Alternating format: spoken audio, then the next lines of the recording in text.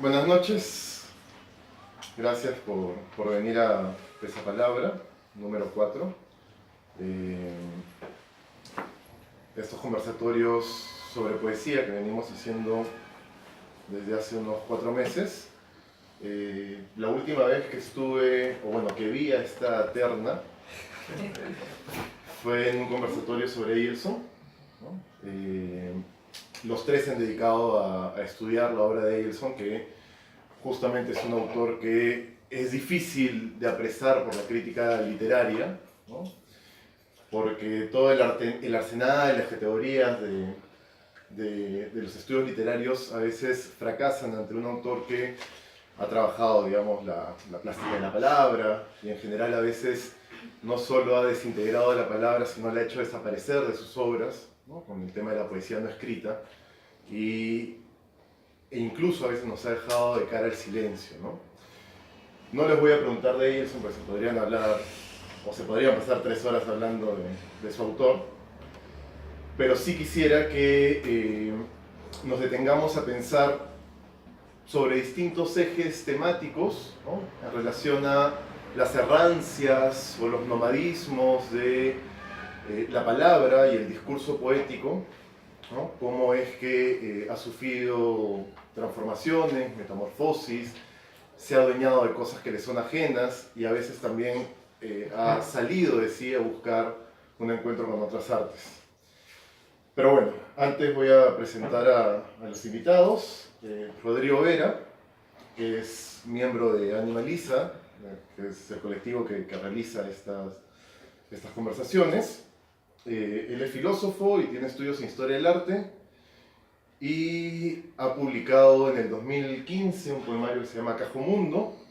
El año pasado publicó un libro sobre las esculturas subterráneas de Jorge Eduardo Eilson y últimamente se ha pasado a las filas del oficialismo, siendo uno de los jales de la Casa de la Literatura Académica, de la Casa de la Literatura Peruana. Luis Alvarado dirige el sello Burr Records, que es el sello más importante de música experimental en el Perú, que tiene un catálogo ya bastante amplio. Ha editado 2 discos importantes para la poesía sonora reciente, son Irse de Lengua y el otro se llama Inventar la Voz, que es justamente del 2010, ¿no es cierto? Que es un disco en el que incluso ha participado también Luz María. Y además tiene un poemario de matriz eilsoniana, Inventario, del 2010. Y bueno, Luz María Bedoya, que ella misma ha manifestado que sentía cierto reparo por sentirse ajena un poco a la poesía, ¿no? De hecho, bueno, es una artista con una trayectoria bastante conocida, con muestras en museos y galerías tanto acá como a nivel internacional, y que particularmente tiene 2 obras que me parecen interesantes en relación a este tema de la experimentación poética, que es el paracaidista, del 2003, es de escritura en agua, y bueno, el texto o el poema sonoro de Me tiemblan mis labios, que está justamente en Inventar la Voz. Entonces, creo que se presta bastante para poder discutir acerca de estos vínculos de la poesía con otras artes y más específicamente con la marginalidad, ¿no? de la poesía experimental o con los márgenes del poema, ¿no? Pero bueno, quiero que empecemos pensando en relación justamente al título de esta conversación, de esta mesa. Ya teníamos nosotros a los invitados, teníamos ya todo planeado, pero nos faltaba el título. Y el título que quedó, la verdad no me dejó del todo satisfecho, que es Transitar el margen, ¿no? Entonces, lo primero que quería preguntarle a los tres es justamente por qué es que cuando pensamos la experimentación en el terreno de la poesía, pensamos en los márgenes o en el afuera del poema, ¿no? ¿Es que acaso no puede haber algún tipo de experimentación desde el centro mismo del discurso poético? ¿O en todo caso, en qué consiste esa marginalidad de la experimentación poética? Vamos a orden.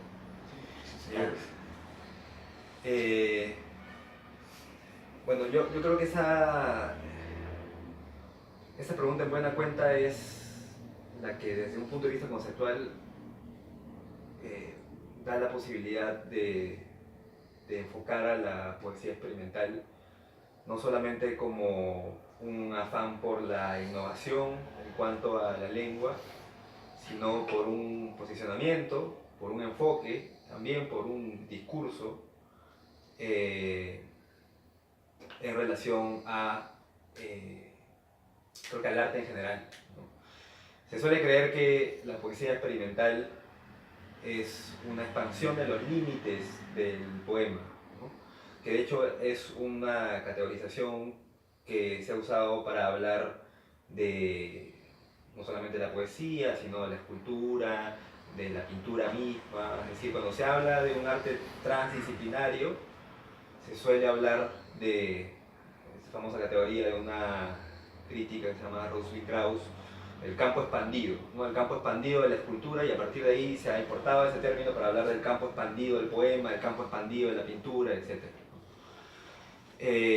Creo que la noción de campo expandido, que además suele estar muy ligada a la idea de que cuando la poesía sale de sus propios límites, cuando abandona la página, cuando comienza a experimentar con otros medios, la poesía se vuelve plural, es decir, comienza a relacionarse no solamente con un campo autónomo, sino con otro tipo de campos. Entonces, esta es un poco la idea canónica que se ha tenido de la poesía experimental, la poesía vanguardista, la poesía que innova y que quiere ir más allá del límite. Pero en realidad lo que yo creo es que, y esto sí es un enfoque personal, es que la poesía experimental,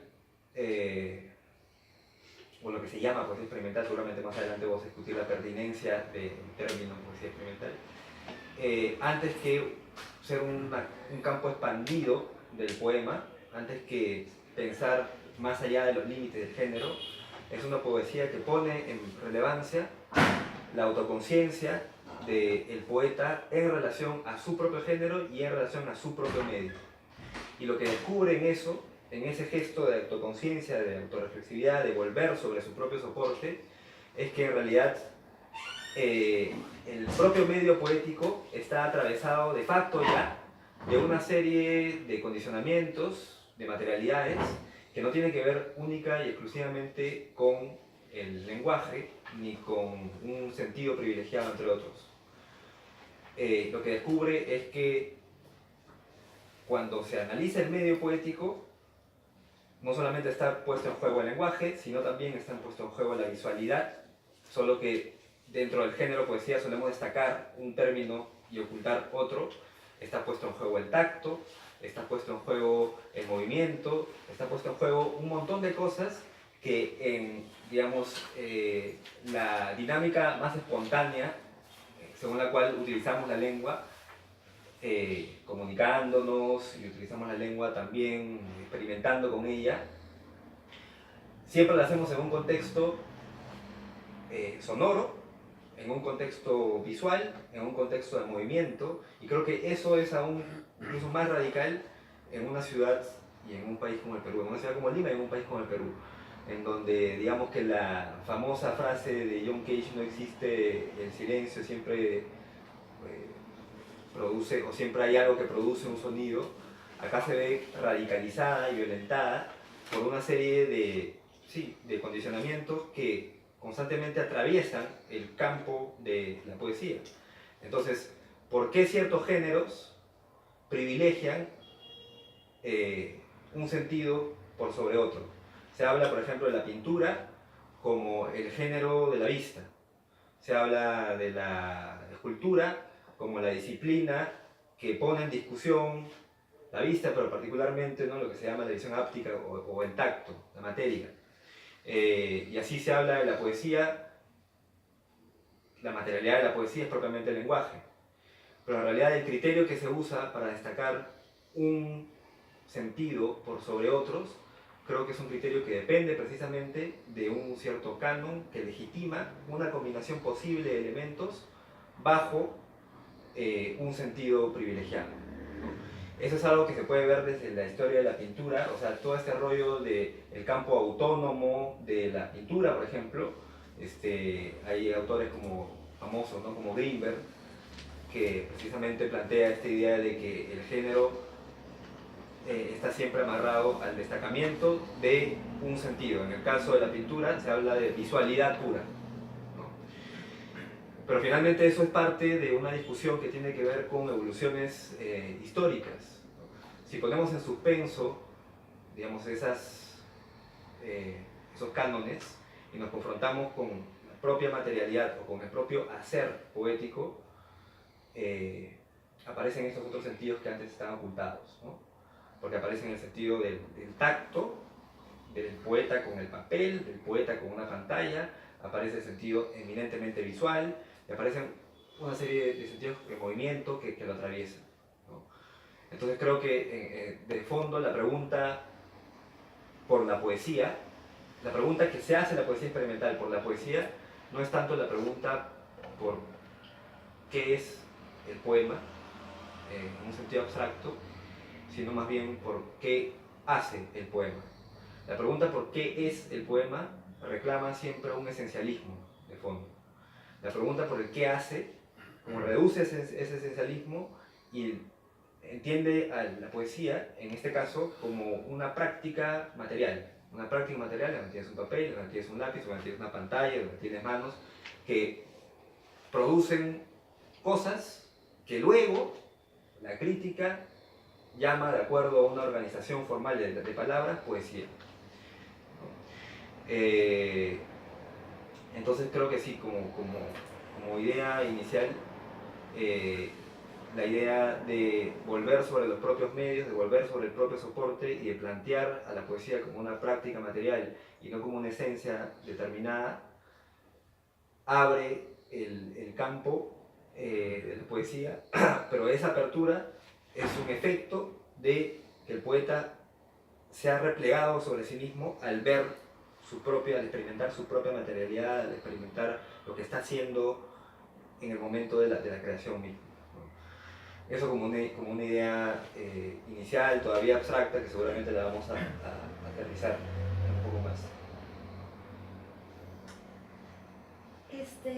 Bueno, yo como ya mencioné un poquito Beto, no voy a poner énfasis en el asunto de la poesía misma, porque no es lo que yo ni hago, ni lo que yo conozco más, ni lo que manejo.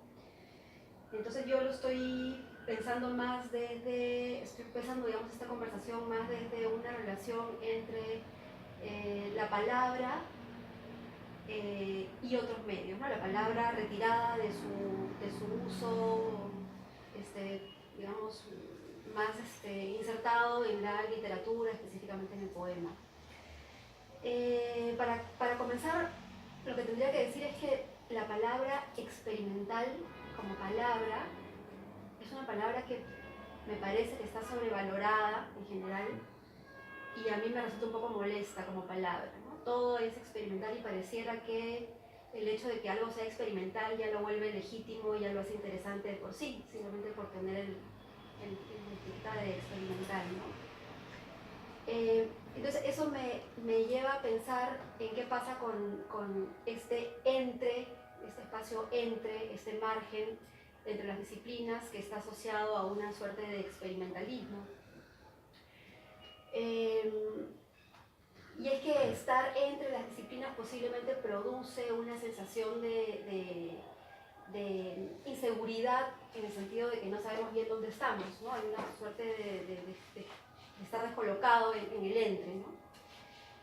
Eso cuando alguien está creando, en el proceso creativo, esa suerte de desconcierto es muy angustiante y al mismo tiempo puede ser muy productivo, ¿no? La pregunta por qué estoy haciendo es una pregunta que persigue a uno cuando uno está creando, ¿no? ¿Qué estoy haciendo? Y en realidad yo creo, al menos en mi experiencia, cuando más me he preguntado qué estoy haciendo, es cuando luego de mucho trabajo creo que eso ha dado mejores resultados. Cuando he entrado en un proceso donde no me pregunto qué estoy haciendo, si no hago algo con cierta certeza, generalmente no encuentro nada muy interesante en el resultado. El punto es que creo que la pregunta de qué estoy haciendo puede estar instalada también al interior de las disciplinas, es decir, al interior de la pintura, al interior de la escultura, al interior de cualquier disciplina. Una obra potente también se pregunta por qué estoy haciendo y también instala la pregunta de qué es esto, es decir, un cuadro potente, una escultura potente va a instalar la pregunta de qué es esto, o sea, va a lanzar esa pregunta, aún estando dentro de las disciplinas. Sin embargo, ahí no se le llama pintura experimental ni escultura experimental, se le llama simplemente pintura o escultura.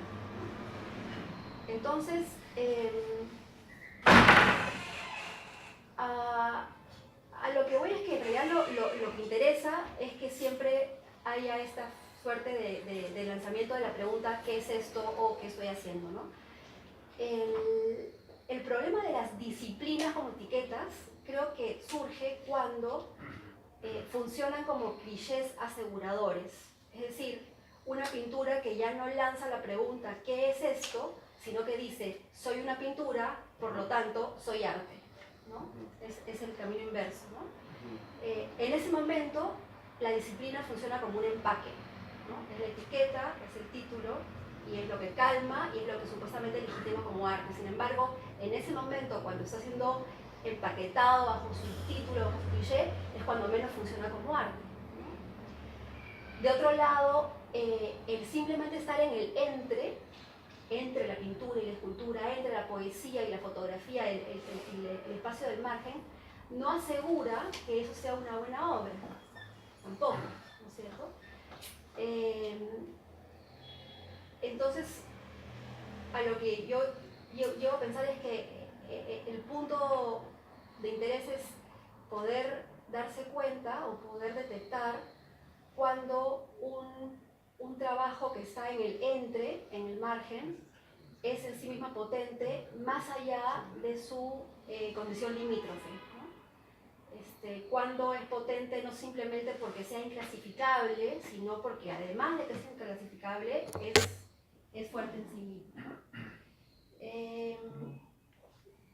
Con lo cual, en realidad, no tengo una respuesta sobre la pertinencia de la palabra experimental. Y tengo siempre una pregunta de fondo que me hago a mí misma, que la comparto acá, y es, yo trabajo mucho en los entes, ¿no? O sea, y me gusta el espacio del ente, porque creo que ahí cuando la cosa funciona, se da una suerte de doble descolocamiento, si puede existir esa palabra, ¿no?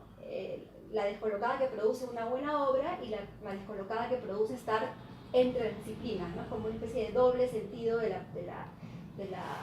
desconcierto, ¿no? Casi como si el entre tuviera que ver más con un problema de topografía, ¿no? De lugar, que se añade a sus propios contenidos, ¿no? Es un problema de formalización también finalmente, ¿no? Que por supuesto termina también modificando el fondo de los trabajos, ¿no? Pero la pregunta que decía que siempre me queda es si acaso, no lo sé, es una pregunta que me perturba más que solamente la tengo, es una pregunta que auténticamente me perturba, y es si es que no ocurre que no hay mayor talento que aquel que trabajando dentro de las disciplinas, es decir, que trabajando absolutamente disciplinado dentro de los límites de la disciplina, produce las mayores experiencias de descolocada, ¿no? O sea, si es que es allí donde algo que disturba radicalmente, que descoloca, que mueve, finalmente la experiencia estética es una experiencia de traslado, ¿no? salir de un lugar y llegar a algún otro lugar donde nunca has estado. Esa es finalmente la experiencia estética para mí, ¿no? Si es que no ocurre que la mayor potencia de una experiencia estética se da cuando esa situación de desplazamiento interno, de modificación, de traslación, se da al interior de la disciplina. Me queda como pregunta en realidad, ¿no? Creo que eso es lo que tenía que comentar. Bueno, de hecho estas dos preguntas de qué estoy haciendo y qué es esto recogen un poco la idea de autoconciencia que mencionaba Rodrigo y de materialidad, ¿no? Están ligadas de alguna manera, o es otra manera de expresar, creo, lo mismo. Luis. Bueno, escuchando un poco las ideas que están compartiendo, yo en realidad también desconfío mucho del término experimental y digamos que por lo menos en el circuito en el que soy más activo, quizás en el mundo de la música,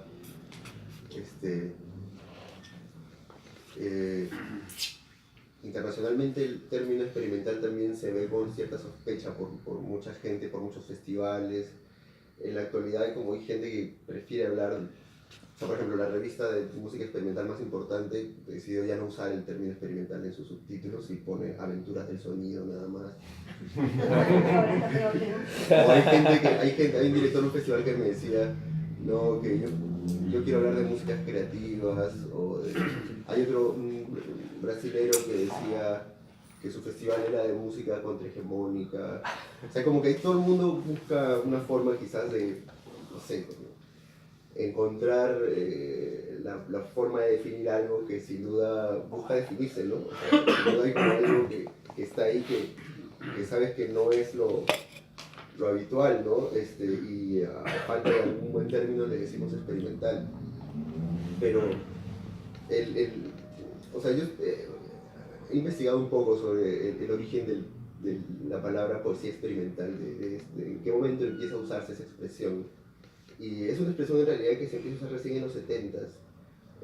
Y es como, o sea, hay un momento muy fuerte, digamos, dentro de la poesía como de revolución que tiene que ver con la poesía concreta, o sea, con la aparición de la poesía concreta y toda esta idea de pensar la poesía como una forma de lectura no lineal, sino una especie de lectura, digamos, en diversas direcciones, una lectura que podía ser visual, ¿no? que digamos, cambió la forma, evidentemente, de leer un poema, ¿no? O al menos nos hizo pensar de que había otra forma de leer un poema, que era lo que proponía la poesía concreta.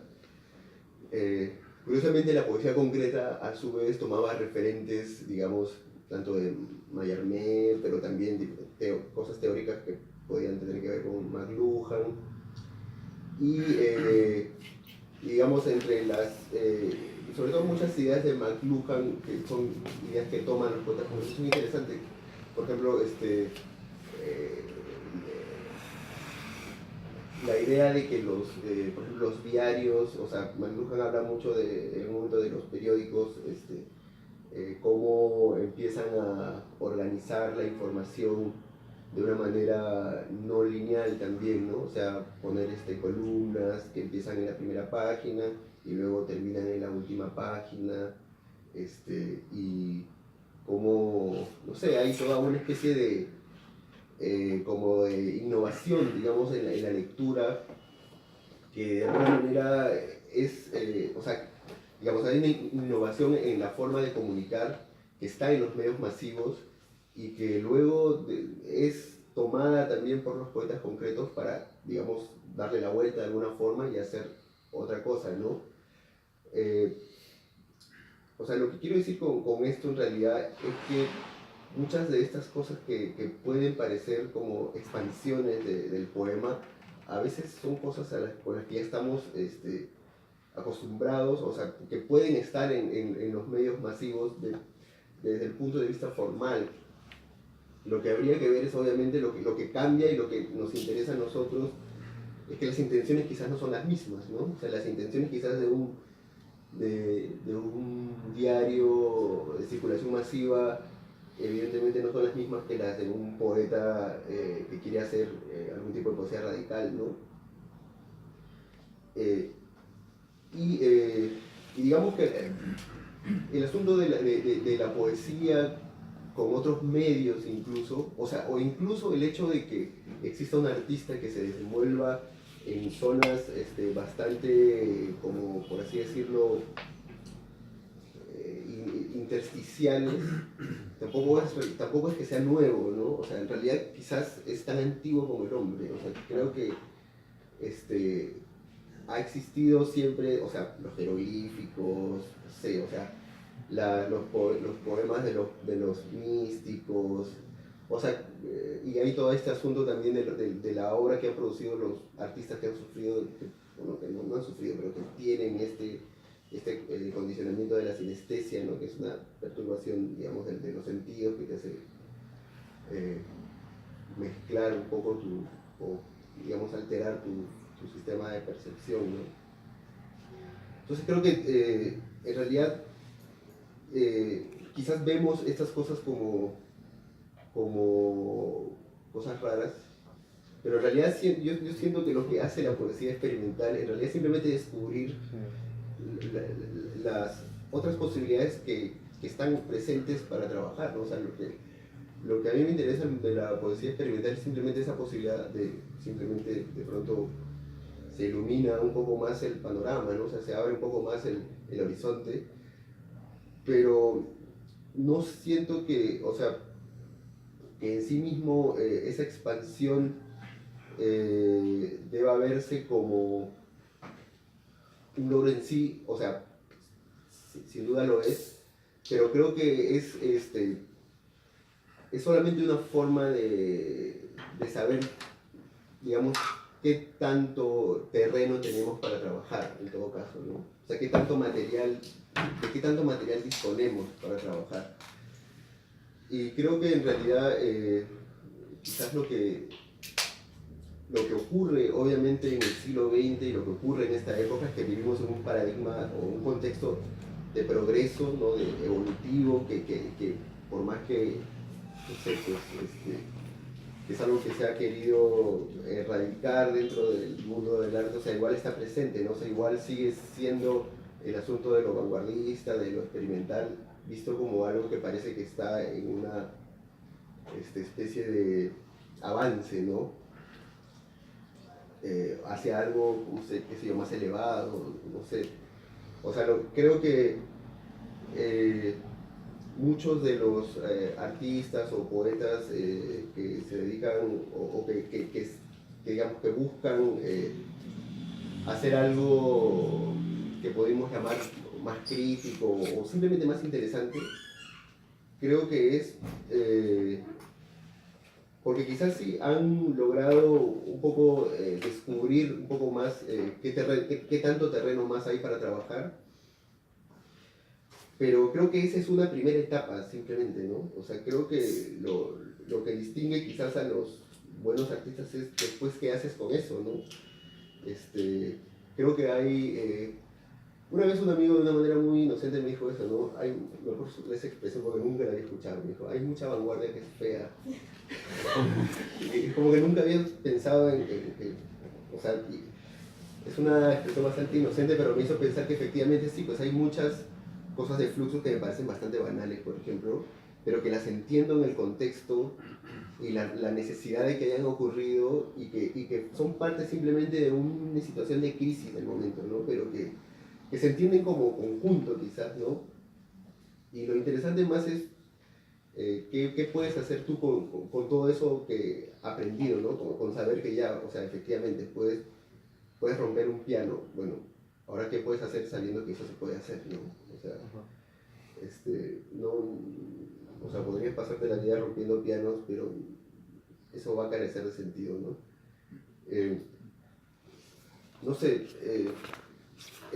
hace poco estuve justo en un festival de poesía experimental, hace 2 semanas en realidad, en Santiago, y de hecho fue curioso porque creo que no hubo ninguna mesa vinculada con poesía experimental, propiamente.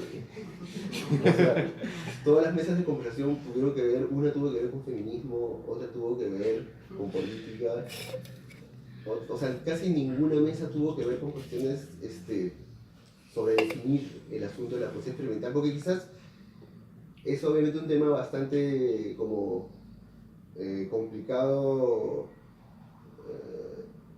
o sea, es difícil como que lograr un consenso, pero en todo caso lo que me quedó muy claro de esta experiencia, de este festival, es que lo que importaba para muchos poetas o muchos artistas que estaban ahí, que tenían que ver con todas estas prácticas experimentales, era cierta radicalidad que está asociada a una cuestión más política o más de generar alguna forma de crisis, ¿no? De alguna forma. O sea, y creo que eso sería para mí lo interesante del creador o del artista que digamos, quiere buscar algo nuevo, ¿no? O sea, de alguna forma el poema lo que hace para mí, lo que lo hace interesante es cuando de alguna forma está generando algún tipo de crisis, ¿no? Eso. Bueno, es que lo que me parece curioso es que no pregunté por la poesía experimental, ¿no? Por los márgenes, y ustedes lo han asumido, ustedes mismos le han dado, ¿no? esa nomenclatura. De hecho, bueno, entre las múltiples interpretaciones frente a lo experimental en la poesía, una de las más potentes es que la poesía es un ejercicio de experimentación con el lenguaje, ¿no? El mismo Jacobson define la función poética como un ejercicio de extrañamiento del código, ¿no? y del mensaje con fines artísticos. En ese sentido, sí, tampoco quiero que vayamos, ¿no? bajo esa definición de experimental, sino más bien esos lugares donde se produce ese extrañamiento, ¿no? en el terreno de lo poético, que muchas veces tiene que ver con cosas que le son extrañas, pero también a veces con cosas que le son intrínsecas, como el caso de la gramática, que es una digamos, la primera entrada que quisiera hacer a un tópico. Justamente Vallejo decía, ¿no? que en lo relativo a la gramática, ¿no? cada poeta impone su propia semántica, su propia sintaxis, ¿no? su propio manejo del lenguaje, basta con que no se salga, ¿no? de los fueros básicos del idioma, dice, ¿no? En ese sentido, ¿cómo se ha dado esta relación, bueno, a Rodrigo le pregunto, esta relación entre gramática y experimentación, no poesía experimentación en el terreno de lo poético, ¿no? Ya, yo creo que esa pregunta en realidad me conecta con algo que se ha estado conversando también y que Luis puntualizó en el momento en que dijo que creo que cometemos un error si es que asociamos poesía experimental o la experimentación, el cruce de géneros, los híbridos como algo que es un efecto del ansia de novedad y de experimentación propio del arte contemporáneo, digamos, ¿no? Son cosas que siempre han existido, pero creo que señalaría que no solamente han existido a nivel de prácticas de representación de la realidad, como el jeroglífico y demás, sino, y eso es algo que me parece curioso porque el arte contemporáneo de algún modo pone énfasis en eso, o el arte experimental, el cruce entre géneros, sino en un nivel también de experiencia vital, concreta. O sea, y eso es lo que intentaba señalar al inicio de mi intervención, ¿no? Hacemos poesía sonora sin saberlo constantemente. Estamos inmersos dentro de una experiencia siempre polifónica. Hay muchas voces que nos rodean cuando estamos en la calle y sin embargo hablamos, hay ruido de por medio. La música concreta apuntaba a eso también, no era simplemente registros de momentos de sonido. Entonces la idea de registro de algún modo convierte al poeta o al artista experimental en general como una especie de curador que lo que hace es congelar y desplazar una sucesión, no, más bien, dentro del desplazamiento lineal sucesivo, ¿no?, de actos, el poeta experimental o el artista experimental no dice voy a crear algo más, sino lo único que hace, y creo que eso también conecta con una especie de lógica de encuadre fotográfico, es decir, esto. Claro, es Duchampiano, ¿no? Es Duchampiano, ¿no? Esto. Le pone un cuadrito, ¿no? Hay infinidad de ejemplos de Duchamp, los nuevos realistas franceses que renuncian a producir nuevos objetos y simplemente van a las paredes, recortan un cuadrángulo y lo llevan al museo, ¿no? Entonces constantemente estamos en ese ejercicio de como curar la realidad, ¿no? De ponerle un cuadrito, ponerle un rectángulo y decir esto. Entonces, eso convierte al poeta experimental y artista experimental antes que en un hacedor de objetos, en un también productor de discursos, ¿no? Mel Bochner creo que era el artista conceptual que decía el mundo está demasiado lleno de objetos, no quiero añadir ninguno más. Entonces, ¿de qué se trata ahora? Y ahí conecta con la idea de la gramática, ¿no? De recombinar los signos ya existentes de la realidad. La gramática legítima para crear algo, para hablar, no es otra cosa que una combinación posible dentro de infinitas posibilidades de combinación de los signos de nuestro lenguaje, si hablamos de poesía experimental, pero también de los signos plásticos, escultóricos, etcétera, etcétera, ¿no? Entonces, el artista y el poeta experimental, al poner en crisis la gramática, no necesariamente está inventando una nueva, sino simplemente está recombinando los elementos ya existentes. Y claro, no es tan fácil como yo solito en mi cuarto recombino los elementos bajo una lógica privada y bacán, ya está mi poesía experimental. Sino cualquier pata que hace un grito o cualquier pata que se queda callado 4 minutos 33 segundos sería Cage, y cualquiera que hace un grito durante todo un día sería Marina Abramovich. Entonces no se trata de eso, ¿no? Se trata luego de, como el poeta experimental y el artista experimental, también un creador de discursos, tiene que vérselas luego con la institución que legitima eso como práctica artística y no como otra cosa. Entonces eso convierte al artista también en un ser político, en un ser que tiene que gestionar, que viabilizar su práctica material que puede haberla hecho cualquier otra persona. Y eso es algo que cada vez es más evidente, y por eso el arte contemporáneo en general es tan difícil de entender y tan como aparentemente lejano al sentido común y a gente que no tiene mucha experiencia con este tipo de prácticas, ¿no? Porque el típico contraargumento es, oye, pero eso lo hace mi abuelita. Oye, Mondrian, ¿no? Oye, pero eso lo hace mi hijito de 5 años, ¿no? Entonces, ¿de qué se trata? Se trata justamente de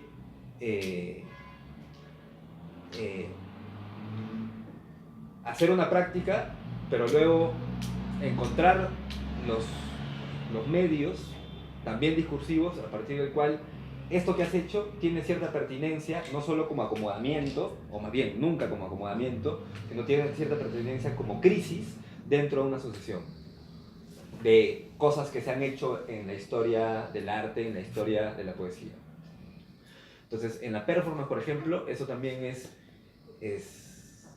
constantemente dicho, ¿no? Yo recuerdo siempre una performance que un colectivo de Costa Rica que se llamaba Buró de Intervenciones Públicas, en mi clase de maestría de Historia del Arte me dijeron haz una exposición sobre arte público, así. Entonces yo me ponía opciones de artistas, vi no lo conocía, comencé a chequear qué cosas hacía. Entonces claro, bajo la excusa de intervención en el espacio público, ¿cuál es el ABC de la intervención en el espacio público? La idea de que se trata de poner en crisis o irrumpir una lógica de cotidianidad, de costumbre que invisibiliza lo que pasa en la realidad, ¿no? Entonces, bueno, irrumpamos el espacio público. Entonces eran unos patitas que, bajo la lógica de apropiémonos del espacio, entonces hay una pileta en una plaza, entonces vamos a apropiarnos del espacio y asumamos que esa pileta es también nuestra. Entonces los patas se metían a bañar a la pileta, ¿no? Entonces ya, bacán, estamos celebrando el espacio público. Y entonces ahí, bajo la lógica que acabo de plantear, ¿no?, yo me preguntaba, desde un punto de vista conscientemente inocente,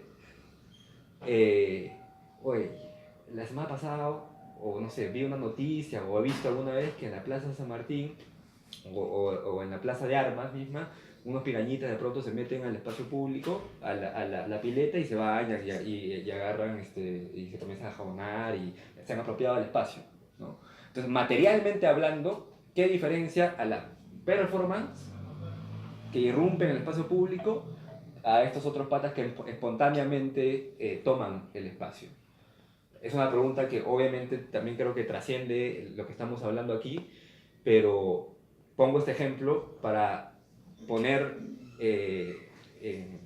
a discusión esta idea de que el artista no solamente entonces es el que hace algo, porque otras personas también lo pueden hacer exactamente igual que tú, exactamente igual, ¿sí? Sino el que gestiona, viabiliza su hacer dentro de un entramado institucional y por ende también político. Por eso en ese sentido creo que todo artista experimental y todo poeta experimental es también un poeta y un artista conceptual, como productor de discursos, no solamente de prácticas concretas. Bueno, lo que estás diciendo tiene que ver, entiendo, con un problema de contexto, ¿no? O sea, eso, el uso de la pileta es o no un gesto artístico según el contexto en el que se inserta esa práctica, ¿no? Estaba pensando que hay situaciones, no sé si esto se sale un poquito de hecho se sale el tema de la gramática. Ya Lolo se salió. De eso se trata.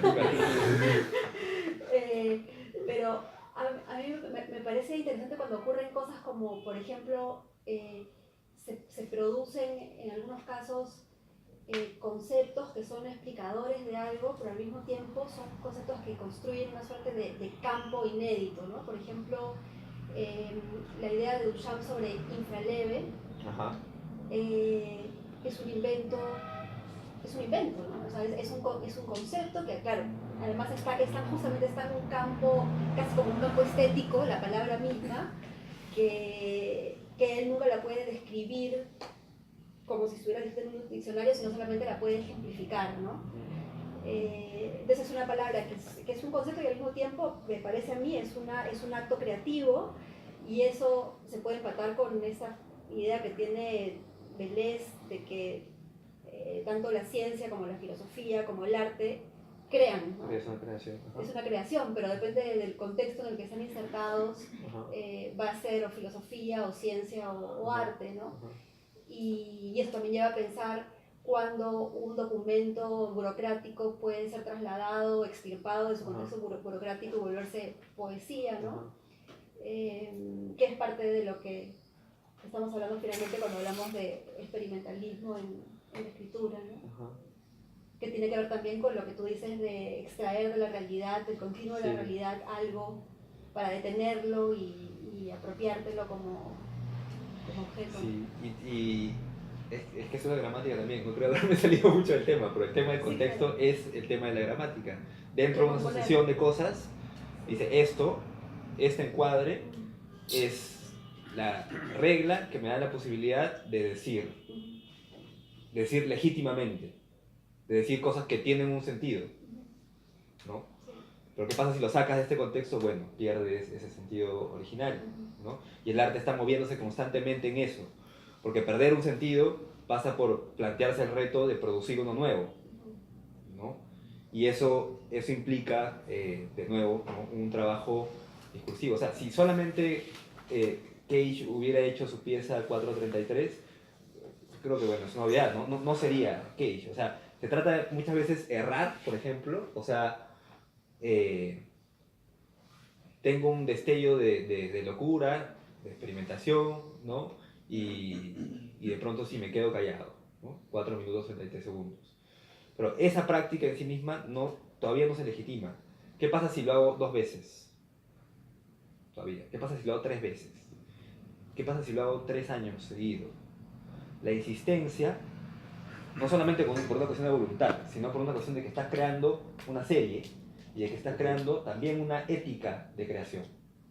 Entonces, solo en ese contexto global aparece algo así como una obra, aparece algo así como un gesto artístico, ¿no? El gesto aislado creo que no, se queda en eso, en un hecho puntual, no en una práctica que genere algún tipo de discurso, ¿no? O de contradiscurso. Bueno, no sé cómo continuar pero a partir de algo que has dicho me puse a pensar, cuando hablas de la música concreta que implica grabar sonidos de la realidad y manipularlos, pero en realidad la música concreta básicamente es como manipular sonidos, no puede ser grabados en la realidad, pero puede ser de discos, qué sé yo. Pero estaba pensando en una cosa que leí hace un tiempo con un tipo de arte que ha surgido o que se ha puesto en los últimos años muy presente en el círculo del arte sonoro, que es el que le llaman el arte fonográfico, que es el trabajo que hace la gente de grabar sonidos de realidad, ¿no? Y componer, o no necesariamente componer, simplemente seleccionar fragmentos. ¿Cómo se llama? ¿Arte fonográfico? Fonografía. Entonces una vez leí un ensayo bien interesante de un chico que decía cómo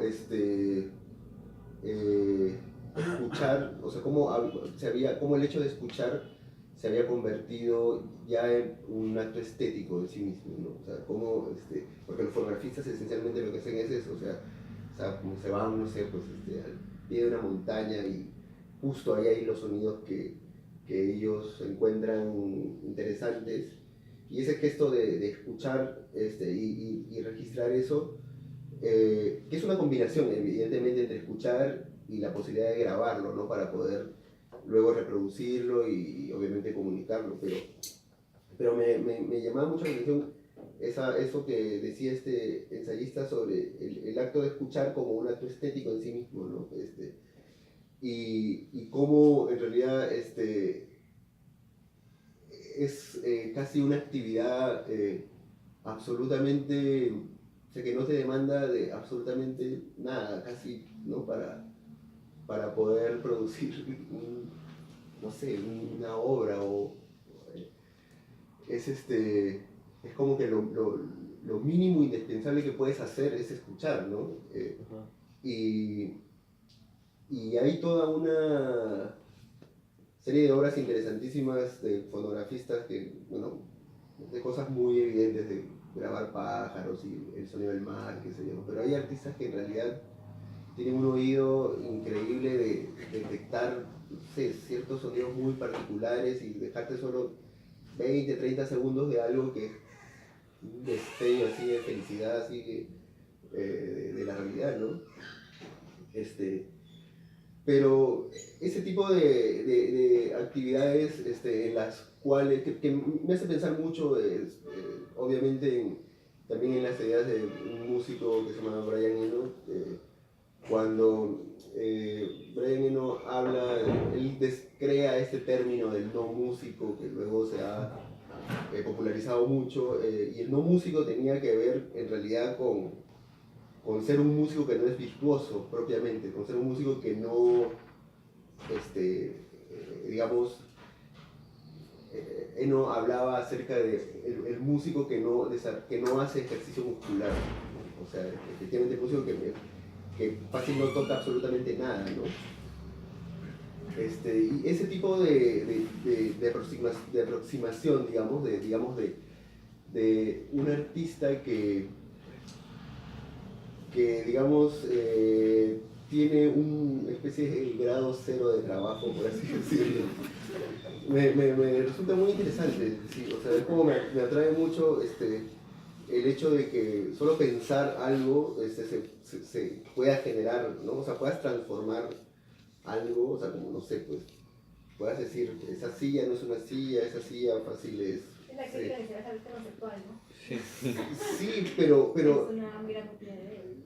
Claro, pero podría ser claro, si es que lo ves como arte, ¿no? Claro. Pero podríamos estar en un terreno, no sé, que sea, puede ser un chamán, puede ser podría ser quizás un poema, o sea, el asunto está ahí, pues. O sea, ¿en qué categoría ponemos a esa actividad? O sea, desde el momento en que ya no tienes ejercicio muscular y el momento en que ya tu manualidad no es la que va a definir eso que vas a producir, entonces estás en un campo que al menos por los medios que usas no se pueden definir, ¿no? Y no sé, esa área a mí me resulta muy inquietante en sí, ¿no? Y siento que es como casi como un arte privado hasta cierto punto, ¿no? O sea, es como que hasta, no sé, como Yoko Ono, ¿no? Como esta idea de la música para la imaginación. Creo que son, no sé, como que me parece que hay algo en esa actividad que a mí me resulta interesante y que me parece que tiene que ver con, al menos, con lo que creo que es la idea de la conversación, ¿no? O sea, como... Luis, y digamos, Sí. una de las... Sí, Tengo una Sí. pregunta sobre este rapporto, ¿no? De la poesía con el contexto, ¿no? Ajá. Es como que entonces la diferencia entre arte y no arte es el hecho que otra persona lo reconozca como arte, ¿no? Y entonces la elección de la crítica. Y en ese sentido, en ese contexto contemporáneo, ¿no hay el riesgo que la creación artística vuelva a ser demasiado como similar al marketing más que arte en sí mismo? O sea, más el arte de desaparecer, venderse, o sea, de venderse, de hacer publicidad. Bueno, yo creo que a ver, aquí es compleja esa pregunta, ¿no? Porque pone en relación varias cosas, pero como en principio te diría que una diferencia que es bien compleja en realidad, pero creo que se puede mantener aún la diferencia entre un arte que apunta al marketing y un arte que apunta a otra cosa, es que, y eso es algo transversal a la idea de poesía experimental desde el inicio, de Mallarmé quizás, es que el arte está siempre poniendo en suspenso una voluntad comunicativa, ¿no? Creo que la poesía experimental, en lugar de enfocarse en lo que se dice, vuelve sobre sí y se enfoca en el hecho que se está diciendo algo, en el hecho mismo, en el punto a partir del cual digo algo. En ese sentido es como si fuera siempre una lengua trabada, una lengua que está poniéndose siempre en duda. En ese registro, creo que el marketing, que de hecho en muchas etapas de la historia del arte y la historia del marketing también, se han importado ciertas estrategias provenientes del arte hacia el marketing, ¿no? O sea, desde el surrealismo, en el pop art la cosa es evidente, y en fin, hay muchos más ejemplos, ¿no? Pero creo que cierto espacio de resistencia del arte te lleva a pensar que la diferencia está en que en el marketing hay siempre un señalamiento hacia algo. O sea, si te hago toda mi experimentación visual así, pero el enfoque está en que quiero que compres, perdón, que quiero que compres esa zapatilla, ¿no? O que quiero que compres, no sé, esa cosa que te estoy señalando, ¿no? En el arte no hay ese señalamiento tan claro, ¿no? Hay una puesta como en suspenso de lo que te estoy diciendo. O sea, si de algún modo lo que te estoy diciendo es absolutamente transparente, creo que estamos hablando de otra cosa, ¿no? Ahora, soy absolutamente consciente que esto que digo es súper complejo, porque hoy en día las dicotomías que se establecen entre marketing y arte forman parte de un mismo campo, ¿no? O sea, se habla del mercado del arte, que es de los campos que producen más dinero en el mundo, ¿no? Y que además producen más dinero a partir de una creación discursiva de nuevo, que se releva un poco el reflejo de cómo producimos hoy en día mercancías, ¿no? Y es un poco la trampa también del arte conceptual, que renuncia a producir objetos porque se supone que la producción de objetos es más abiertamente asimilable a la lógica de la mercancía, ¿no? Y más bien apunta ahora a producir discursos, asumiendo que el discurso o que la idea es efímera, es contingente y en ese sentido se resiste a la mercancía. Pero claramente la historia nos ha demostrado que no es así, que el discurso puede ser también una mercancía y hoy en día la publicidad es eso. Mucho más ganan los creadores del concepto de una publicidad que la mano de obra que produce el diseño, etcétera, etcétera, ¿no? Entonces sí, creo que hablamos de un campo que está constantemente integrado, hay fricciones, pero no son dos cosas tan diferenciadas, ¿no? Bueno, pero... Pero- Ya, no sé, quería tú- hacer tú- solo un apunte Sí. de lo que acabas de decir. Creo que más útil sería explorar un poco esas tensiones de las que hablabas que de las diferencias. No estoy tan de acuerdo con la diferencia que has planteado en la manera en la que opera el arte y la manera en la que opera el mercado. Porque planteas que el mercado funciona... Marketing más que el mercado, pero Bueno, planteas que el marketing funciona solo en la medida en la que es capaz de transmitir un contenido, ¿verdad? Que lo que circula, digamos, en el espacio del mercado es más información que la forma, que el hecho mismo, por ejemplo, de comprar, ¿verdad? Quiero esas zapatillas, dicho, como si lo importante en el mercado fuese comprar el producto, cuando de lo que se trata es siempre, claro, estás comprando un discurso, ¿no? O sea, cuando Sí. uno compra un polo Nike, no está Sí, comprando sí. un polo, o sea, no un valor de uso, si quieres, para ponerlo en términos, sino eres aquel que está participando del modo de vida Nike, sí, ¿no? es, Entonces, ahí hay toda una lógica de la forma, ¿verdad? No del contenido, no de la mera información, sino de la forma, que está muy de la mano con lo que decías, que es aparentemente distintivo de la poesía, ¿no? Que es el hecho, que es no decir, sino el hecho de que estoy diciendo. Bueno, en el mercado los consumidores son eso, ¿no? Son performadores. Es gente que está yendo a comprar y que por el solo hecho de ir a comprar y de yo puedo comprar, ¿verdad? Ahí tienes todo un capital simbólico, ¿no? Entonces, sí, yo sí estoy de acuerdo con eso. Estoy de acuerdo con eso y de hecho hacia el final apunté un poco a esto, ¿no? Pero a lo que iba es que, no sé, estoy pensando en voz alta, ¿ya? Pero el acto del señalamiento, sí, me corrijo, no esa zapatilla, ¿no? Porque finalmente la zapatilla es también una abstracción, no es un discurso. Pero el acto del señalamiento, más allá de la imagen publicitaria que tú ves, el acto que finalmente quiere conseguir que ciertas personas consuman declaradamente un algo, una mercancía, ¿no? Esta cosa que va más allá del espacio en donde se está planteando ese mensaje, porque digamos no se agota en sí mismo el mensaje publicitario. El mensaje publicitario apunta a que hayan consumidores reales que vayan a Sara Falabella y compren su zapatilla. Ese desplazamiento desde ver la publicidad, ir a Sara Falabella a comprar tus zapatillas, es un desplazamiento que siempre, ese camino está siempre problematizado en el arte. De tal manera que no hagas este clic automático de consumo, compro, ¿no? Por lo menos a nivel de discurso, por lo menos a nivel de intención, el artista creo que sí se plantea que las mediaciones que me llevan a consumir algo y a comprar estén trabadas, ¿no? Eso a nivel de voluntad de discurso, o sea, lo planteo desde el punto de vista del artista, desde el punto de vista del consumidor de arte, desde el punto de vista del galerista, desde el punto de vista del coleccionista, etcétera, etcétera, se complejiza obviamente la cosa, ¿no? Pero estoy hablando del acto artístico, el acto creativo,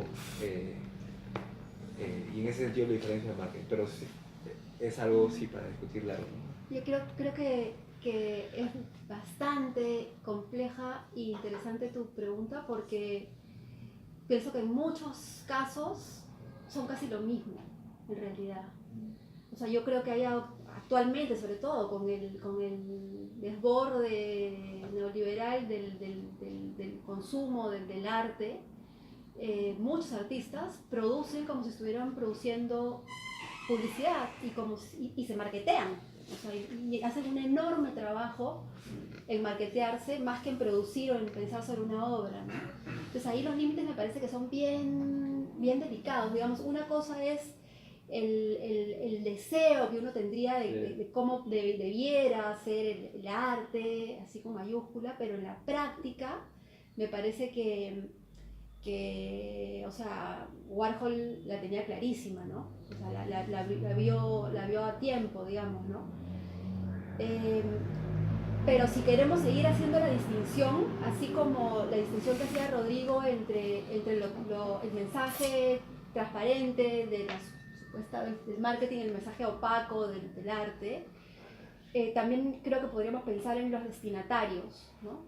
O sea, el arte no tiene, en principio, un destinatario tan evidente como el marketing, que está dirigido. Justamente el marketing está dirigido a un destinatario, ¿no? Creo que tiene que ver el problema con el problema del destinatario, que es igualmente confuso porque dentro del arte también uno tiene un destinatario, sabes que fulano te va a poder comprar, ¿no es cierto? Que tal galería te va a poder exponer, o sea, de alguna manera, aunque a un nivel más o menos ideal no hay un destinatario tan evidente, siempre lo hay, ¿no? También lo hay. No tan tajantemente como en el marketing, pero también lo hay. Y esto me hace recordar una situación que no sé si tenga mucho sentido, pero la quiero insertar de todas maneras, y es porque está de alguna manera vinculada, y es que hace unos años, la revista October, que es una revista sobre arte, pero de un corte bien intelectual, ¿no? Donde escribe Rosalind Krauss y Yves Lambois, gente que piensa supuestamente muy bien. No, pues claro, que piensan muy bien. No, es una revista bien interesante. Hicieron una convocatoria a diferentes sujetos, personajes del mundo del arte para escribir cada quien un artículo, una nota acerca de, honestamente no me acuerdo si la demanda era acerca de la curaduría, creo que era acerca de la curaduría. Eso se empata un poquito también con lo que decía Rodrigo de caminar por el mundo y estar haciendo una curaduría en el espacio y tiempo real, ¿no? Y una mujer que en realidad era una profesora de arte en una universidad, no era una curadora, no era una persona tan metida ni siquiera en el mercado del arte, sino era más bien una académica, escribió un texto que me pareció fantástico acerca de una cosa que se llama la planta piloto para algo así como el almacenamiento de residuos nucleares que hay actualmente en el mundo, que está ubicada en el norte de México. Se llama planta piloto algo así como planta piloto para el almacenamiento de residuos nucleares. Es una planta que ya existe y que es donde está siendo en este momento almacenada una inmensa cantidad de residuos nucleares, digamos, de una peligrosidad brutal, ¿no?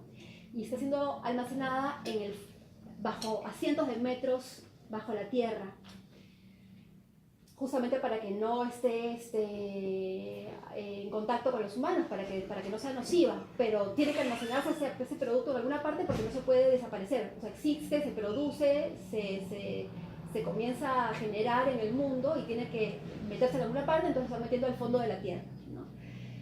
Entonces, el artículo de lo que hablaba era de cómo el gobierno de los Estados Unidos, que era el que estaba gestionando esta planta, había convocado ya hace años a un montón de personas notables que venían de la ciencia, de los números, hasta de la literatura, me parece también, para ver cómo diablos poner arriba del territorio donde está esta planta nuclear en el subsuelo, poner una advertencia sobre qué es lo que hay ahí para que nunca se excave esa zona, porque esto de acá tiene que durar hacia un futuro infinito.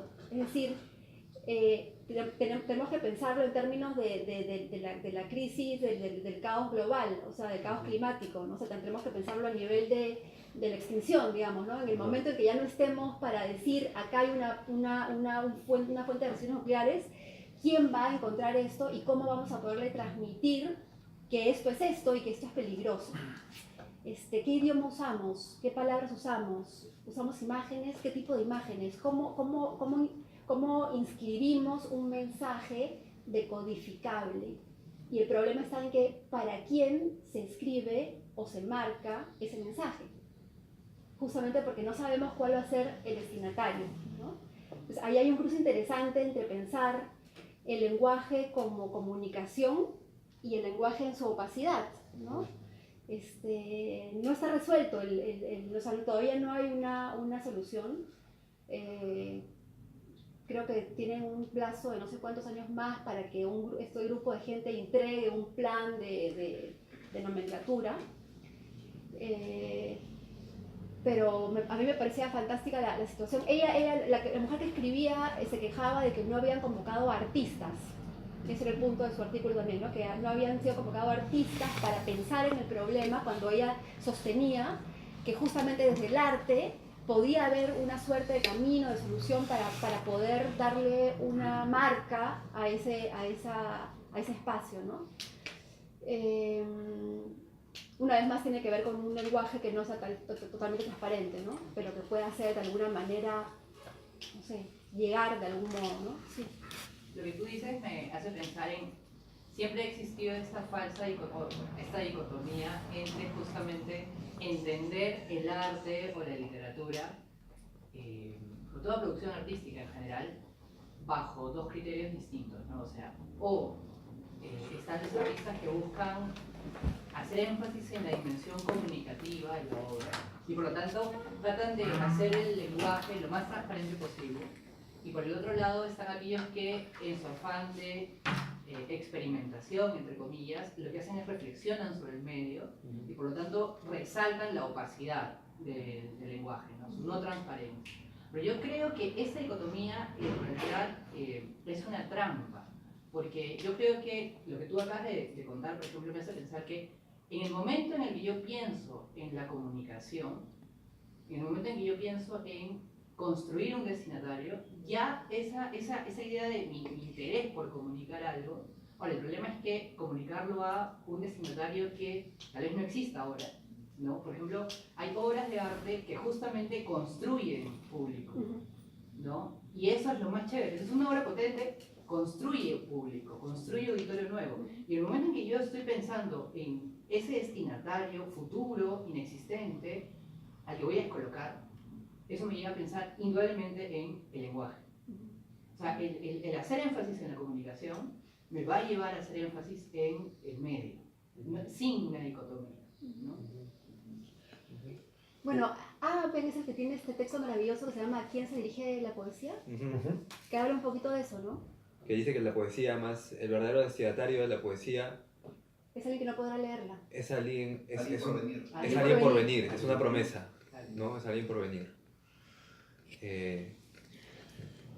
Sí, bueno, igual esa pregunta me lleva a pensar en los vínculos entre poesía y publicidad, en realidad que son bastante íntimos en el siglo XX, ¿no? De hecho, sobre todo los poetas brasileros, vinculados a una poesía concreta y visual siempre, trabajaron como publicistas, ¿no? Y quizás el problema para mí va del lado del carácter formulaico de la experimentación, o en lo que se puede caer, ¿no? Que no es solo con la experimentación en el sentido de experimental, ¿no? Sino, por ejemplo, la literación, ¿no? Esta repetición de un fonema en el verso para generar un efecto poético o estético, es muy usado por la publicidad, ¿no? Acá había uno que no me lo borro, que es Te llama la llama, ¿no? Claro. ¿No? Que es opaco, o sea, no estamos hablando ahí de algo que tenga un destinatario directo, y aparte los mismos publicistas tenían esta publicidad que jugaba con el lenguaje cifrado de la P, espectacular, de extraordinario, que le ponían la P a cada palabra para que sea como un mensaje cifrado. Entonces, ese carácter formulaico es lo que puede ser sospechoso, resultar a veces sospechoso, pero al final de cuentas también son parte de las riquezas del lenguaje que están ahí para todos, ¿no? No hay que culpar a los publicistas. Y sobre todo, yo me acuerdo que hace no mucho aparecieron varios comerciales de Movistar que jugaban justamente con esta idea del encuadre sonoro. Que era alguien que iba caminando por la calle y tenía el ringtone y el sonido de la calle y alguien que gritaba algo, y todo era, ¿no? Como un encuadre que quedaba perfecto como un poema sonoro, absolutamente trivial, evidentemente porque querían vender algo, ¿no? Recuerdo que también alguna vez el Banco de Crédito utilizó como eslogan "Hay hermanos, muchísimo que hacer", ¿no? Que es, digamos, uno de los versos más populares de Vallejo, ¿no? Pero bueno, por eso, sí, estoy de acuerdo que no hay esta de la idea de opacidad o no comunicacional, perdón, opacidad y transparencia, perdón, es engañoso e incluso nos hace perder la perspectiva con el modo en que se hace atractivo o seduce, ¿no? Al final de cuentas, el lenguaje publicitario. Pero bueno, quisiera volver justo a donde te estabas quedando, Luis, para pensar las relaciones obviamente con la poesía, porque de hecho una de las cuestiones más institucionalizadas en la experimentación poética es lo que ha recibido el nombre de poesía sonora, ¿no? Que de hecho este encuentro entre la palabra y el sonido, ¿no? Tiene distintas vías. Una es la de el carácter, digamos, sonoro de la escritura misma, ¿no? Que se radicaliza con la aparición de la máquina de escribir, ¿no? Que se hace absolutamente sonora la escritura y a partir de ahí, digamos, una presentación más bien sonora, ¿no? De todo lo que involucra escribir, y a partir de ahí poemas sonoros, pero también hay una que tiene que ver con la oralidad, ¿no? O una vuelta a la oralidad, y que se radicaliza justamente con la aparición de los instrumentos tecnológicos de grabación, ¿no? De hecho, la grabación es una manera de escribir el sonido, ¿no? Pero que no deja de perder este carácter, digamos, vinculado al oral. Y de igual manera, ya que lo mencionabas, el tema del silencio, ¿no? Bueno, lo mencionabas como una especie de músico sin gasto físico, ¿no? El tema del silencio que con los instrumentos de grabación también, digamos, nos muestran una especie de paradoja, ¿no? Se graba el sonido, es decir, se escribe, ¿no? El sonido, que es también una anulación de, digamos, el efecto sonoro, pero está inscrito en una cinta. Incluso el sonido deja su huella ya en la cinta. Entonces, pensar este encuentro de la palabra y digamos, el sonido, ¿no? En la poesía o desde la poesía para pensarlo en otras artes también. Sí, bueno, o sea, de alguna forma la tecnología ha creado obviamente todo un nuevo campo de exploración, ¿no? Como un nuevo universo desde el cual uno puede comunicar cosas, no sé si nuevas, como decía esa frase, viejo vino, nuevos odres, nada más. O sea, es como viejo vino, nuevos odres. O sea, es como la misma, al final terminas comunicando lo mismo, pero simplemente son interfaces nuevas, ¿no? Pero lo que es bien interesante con la poesía sonora y que podría ser bueno como para compararlo con lo que ocurre en otras disciplinas, es que hay una lectura que se hace de que la poesía sonora es esencialmente un arte que es posible por la aparición de la tecnología y que la tecnología marca los hitos de la poesía sonora. O sea, la aparición, o sea, evidentemente hay una base que tiene que ver con la oralidad y con el encuentro de la oralidad con toda esta complejidad tecnológica que aparece a comienzos del siglo XX y con todo este fenómeno que le llaman el maquinismo, ¿no? Y la aparición de telégrafo, el teléfono, qué sé yo, ¿no? de todas estas tecnologías que devuelven, digamos, o generan un nuevo fenómeno de oralidad, pero mediatizado, ¿no? Y entonces se marca como un momento de hito de la poesía sonora siempre, es la aparición de la radio, del micrófono, de los sistemas de grabación por cinta abierta, por ejemplo, ¿no? En los años 50, qué sé yo. y hay como poetas para cada uno de esos desarrollos tecnológicos, ¿no? Y es como que no se puede, o sea, justo ahora que estábamos bueno, una de las mesas que hubo ahí en este festival fue muy interesante, fue una sobre la poesía sonora y Latinoamérica, y había un español que estaba ahí opinando, Eduardo Escofet, que es un gran poeta sonoro, y él decía que la poesía sonora había tenido un desarrollo muy fuerte en Europa porque tenía que ver o sea, como que era el resultado de un momento de entreguerras, ¿no?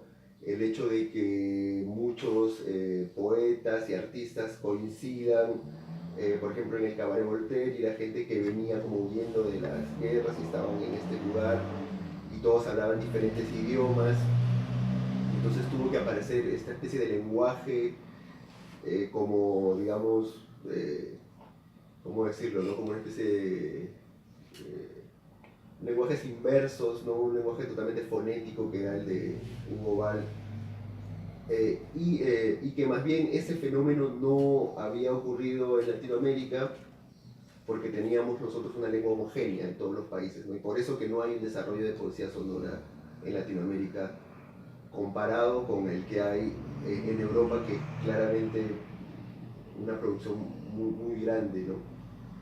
Lo cual no quiere decir que no hayan otros fenómenos vinculados con la oralidad mucho más complejos, qué sé yo, igual de importantes, pero desde el punto de vista de lo que es la historia de la poesía sonora, por alguna razón se ha desarrollado perfectamente bien en Europa, y tiene que ver con esta teoría que daba Eduardo Escofet, que tiene mucho sentido, ¿no? Pero no sé. Yo la encuentro discutible y bastante. Es discutible, o sea, de hecho, o sea, lo que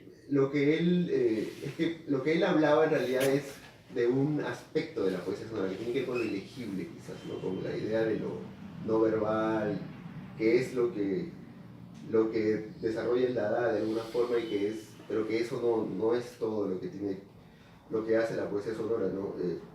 Pero en todo caso, bueno, eso fue algo que se discutió ahí, y de hecho quedó, o sea, evidentemente se armó toda una batalla campal, o sea, hubo todo un debate gigantesco, y lo que sí es claro es que en Latinoamérica hemos tenido más bien difícil acceso a tecnologías, o al menos a esas altas tecnologías que sí podían ser accesibles en Europa. Había laboratorios, había posibilidad de comprarte grabadores de carrete muy baratos. Aquí si te querías comprar uno era súper caro en los años 60, 70. Han habido como ciertas cosas que quizás obviamente son caminos distintos que un poeta puede haber recorrido o un artista puede haber recorrido en Latinoamérica que en Europa, y es como que lo que pensábamos o lo que, digamos, quedó como conclusión es que había un problema de leer, de hacer una lectura tecnologizada, digamos, de la historia de la poesía sonora, ¿no? Porque no estoy tan de acuerdo con eso, porque han habido varias, o sea, en el mundo de la tecnología, en Sudamérica se han producido varios desarrollos que inclusive han aparecido antes que en Europa.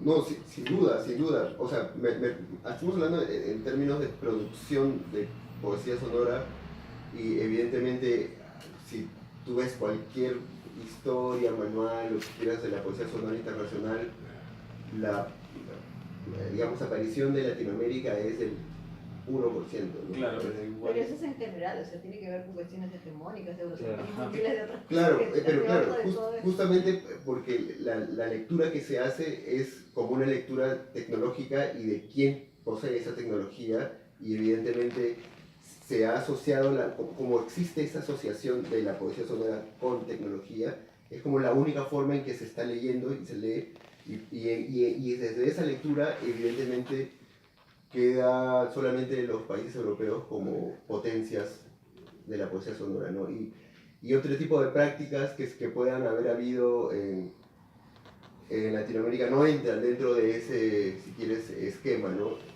Lo cual, obviamente tampoco estoy de acuerdo con eso, ¿no? Evidentemente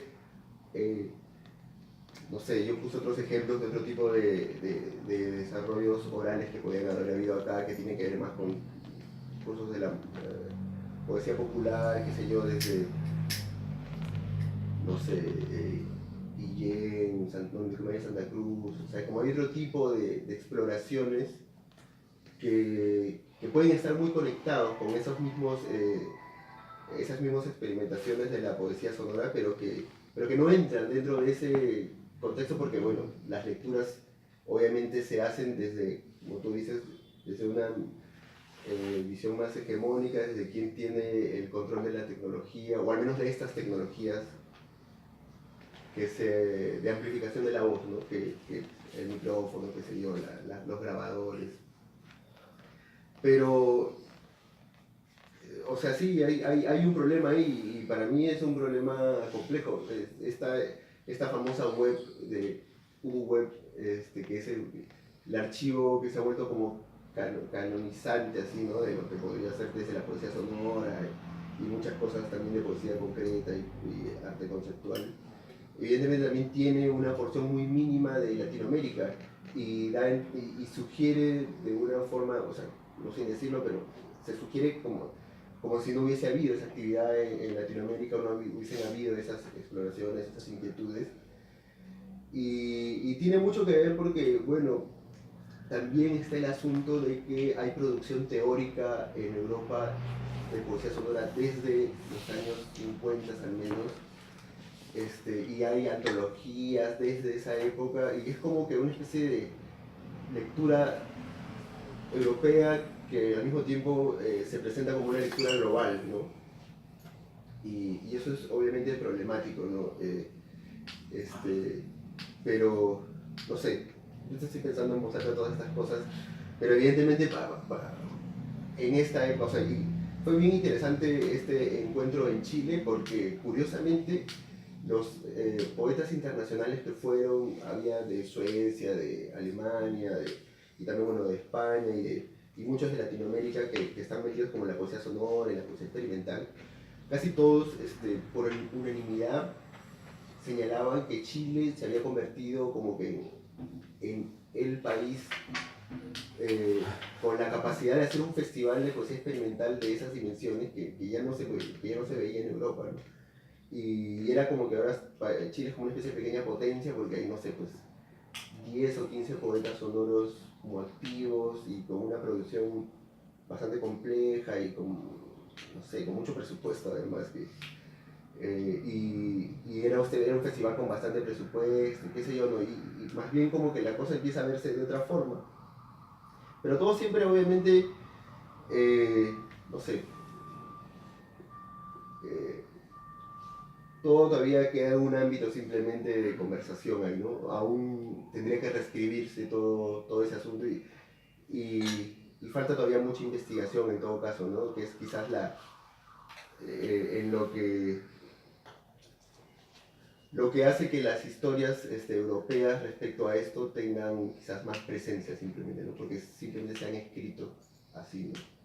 Y eso todavía no ha ocurrido de este lado, ¿no? Claro, pero bueno, también es un problema de nuestra propia crítica, ¿no? Claro, porque hay que abordar esos fenómenos. Claro, pero pensando en otro tema, pero que está relacionado, por ejemplo, cuando se piensa, ¿no?, la vanguardia, sobre todo peruana, ¿no?, del siglo XX, se suele decir, ¿no?, que los poetas se acercaron a la vanguardia de manera inocente, ¿no?, como sorprendidos por el escaparate tecnológico, ¿no?, y esa visión casi de que hay una contradicción de que éramos un país subdesarrollado y los poetas hablaban de transatlántico y cosas por el estilo, aviones, ¿no? Pero la verdad que me parece, primero, entender el contexto de nuestros poetas, ¿no? La mayoría eran migrantes. Para Vallejo llegar a Lima era llegar, digamos, a un espacio de modernización, digamos, incomparable, ¿no? O sea, la Bizancio, ¿no?, que incluso la menciona en un poema, incomparable a Santiago de Chuco e incluso a Trujillo, ¿no? Mariate y Valdelomar, Oquendo son todos provincianos y ya la misma ciudad, con su precariedad, ¿no?, imponía una nueva sensibilidad tecnológica. Y de hecho no Puno, tiene aunque Puno era un lugar con un Circuito interesante. Un un circuito intelectual, pero no necesariamente tecnológico, ¿no? Por más que había un desarrollo, digamos, de la prensa interesante, ¿no? Pero no a nivel tecnológico necesariamente. Ahora, a lo que voy es que, por ejemplo, no necesitas hablar de máquina para pensar la modernidad, ¿no? De hecho, justo ayer se presentó este libro de un argentino sobre Vallejo que se llama Vallejo y el dinero, que es una lectura, digamos, desde la economía política de Trilce, acerca de las menciones al guano como la base material de nuestra economía, ¿no? Eso es pensar la modernidad, ¿no? No tienes que hablar de maquinaria para, digamos, circunscribirte en una nueva sensibilidad y en un nuevo modo de producción o al final de cuentas de cómo se constituye, digamos, la riqueza de la nación, ¿no? Con caca en nuestro caso, ¿no? O sea, con restos, digamos, fecales de aves, pero eso era, ¿no? Eso era lo que nos correspondía dentro del escenario mundial, ¿no? Dentro de la economía mundial o la repartición de la riqueza mundial. Pero bueno, volviendo... Sí. Solamente una cosita. Hablando del tema que ha estado flotando aquí de la tecnología también, quizás asociado a la máquina, o más que a la máquina como objetualidad mismo, a los medios de producción, ¿no? Digamos, creo que una diferencia importante que se puede hacer en relación a cómo se ha procesado la tecnología, cómo se ha asumido la tecnología en el centro hegemónico, digamos, Estados Unidos, Europa, para la experimentación artística y poética, y cómo se ha utilizado, cómo se ha asumido la tecnología aquí, pasa por preguntarse o por plantear, creo, un dilema que está siempre presente cuando se habla de tecnología: en qué medida la tecnología se utiliza como un producto y en qué medida la tecnología se utiliza como una posibilidad de algo, ¿no? Y cuando se piensa a la tecnología como una posibilidad de algo, se piensa también a la tecnología en sus posibilidades y al mismo tiempo sus restricciones, ¿no? Entonces, y eso es algo que Beto también ha estudiado bastante, el tema de la imprenta, por ejemplo, cómo condiciona ciertos modos de hacer poesía que pueden resultar siendo experimentales, pero no por una propuesta discursiva, en plan voy a ser experimental, sino por carencia, por necesidad. El ejemplo que pone Beto siempre cuando conversamos es el de la imprenta de Soleburen, ¿no? Que manejaba la rama Florida, y cómo era una imprenta que solamente podía producir verso flaco, se llama, ¿no? Por el detalle porque era chiquitita, ¿no? Entonces, es una imprenta que ha producido, pues, muchos poemarios desde el 50 hasta el 70, digamos, y hay anécdotas, pues, que iba Verástegui, me parece que era el que fue a proponerle publicar uno de sus poemarios, no recuerdo cuál era, y él decía, no puedo publicar tu propuesta porque tiene versos muy largos. Verástegui tiene esta cosa, ¿no? De versos muy largos. En cambio, habían otros poemarios que sí se ajustaban a esa propuesta, como por ejemplo Pimentel. No estoy seguro si llegó a publicar algo con Pimentel o cuál era este de los... Todos los del 50 y el 60, ¿no? El Río, por ejemplo, de Heró, que son versos flacos y que son cosas... El verso flaco te da esta cosa como gravitante, ¿no? Tendiendo al abismo. Roberto Farrós habla de la poesía vertical, ¿no? Aunque él no utilizaba tanto verso flaco, pero hay esta idea así de...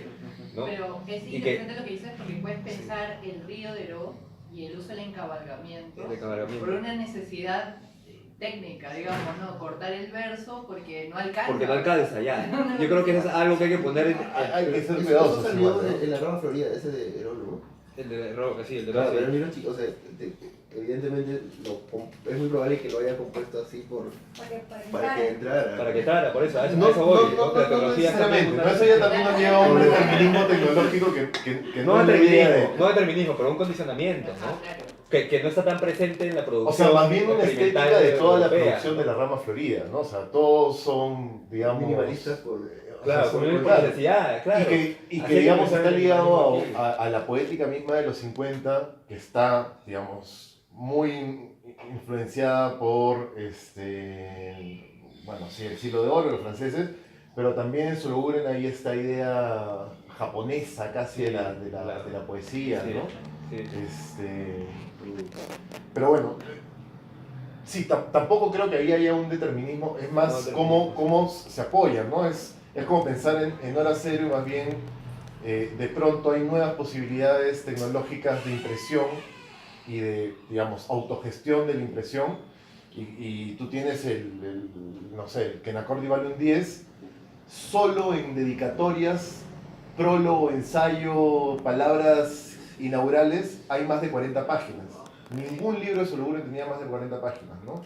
Entonces, claro, hay un condicionamiento epocal, tecnológico, que no necesariamente crea esa poesía, pero facilita, ¿no? Sí. De hecho, hay también esta idea de que los versos crecen, digamos, en proporción directa al crecimiento de Lima, ¿no? O sea, los 70, ¿no? Que Lima crece, ¿no? De una manera, digamos, un desborde popular, bueno, el verso se desborda también, ¿no? Y pasa de 8 sílabas, ¿no? A 20, ¿no? Por decirlo de alguna forma. Pero bueno, Sí. para saltar justamente y cogiendo ese tema, la escritura es ella misma, ¿no? Un producto y un proceso, ¿cierto? Cuando hablamos de escritura tiene esa dualidad.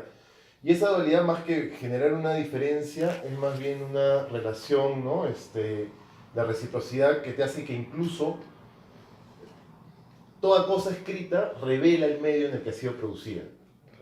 Pero en la literatura lo que ocurre es que pasa por el filtro de la edición, ¿no es cierto? Pero el método de trabajo, ¿no? Y los medios que se utilizan para escribir forman parte de lo que el mismo poeta, ¿no? O el mismo creador quiere imponer como una sensibilidad en su trabajo, ¿no? Y de hecho, el ejemplo que me parece más resaltante de esto es el de Kerouac y la escritura de On the Road, ¿no? On the Road, en el camino, que para no perder tiempo cambiando de hojas, se consiguió un rollo, ¿no? Digamos, un rollo no infinito, ¿no? No sé cuántos metros tenía en realidad, pero un rollo de papel de tal forma que iba escribiendo, ¿no? Y conforme iba avanzando, se iba creando casi una carretera de papel escrito que se desenvolvía por el otro lado, ¿no? De su mesa. Bueno, sin ir muy lejos, pensando en métodos de trabajo,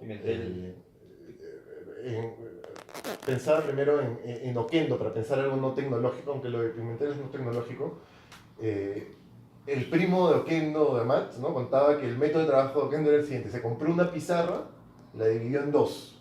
A la izquierda tenía escrito con tiza roja palabras y a la derecha tenía los versos, o iba construyendo versos, ¿no? Lo cual te da de por sí una nueva espacialidad al momento de crear, y bueno, su poesía básicamente, digamos, inaugura, creo, ¿no? Bueno, al menos radicaliza, ¿no? En la vanguardia peruana ese uso del espacio que es casi pues, parecido a una pantalla o una pizarra o una ventana, ¿no? Entonces, a lo que quería llegar, y si quieres, Rodrigo, entras tú por ahí, es esta relación entre escritura y medios, ¿no? Soportes, medios de producción de texto, incluso incidiendo en el carácter tecnológico, ¿no? Bueno, es algo que hemos estado también ya conversando, ¿no? Se me ocurría, entre los ejemplos que ponía Beto, el Pimentel, en una conversación así privada, contaba que él había escrito Tromba de Agosto en un pedacito de cartón delgado que le había pedido a un pata que chambeaba ahí en el centro de Lima, que le construyera un pedacito de cartón porque él quería porque él quería escribir caminando, ¿no? Y según él, no sé cuánto de mito tendrá, pero él escribió Tromba de Agosto caminando en la colmena, ¿no? Y de hecho el pedazo de cartón le da una estabilidad que el papel no te da para poder escribir caminando, ¿no? Entonces creo que desde allí hay un acercamiento al medio en su precariedad digamos, porque es un pedazo de cartón, su precariedad simbólica, pero al mismo tiempo su firmeza material, ¿no?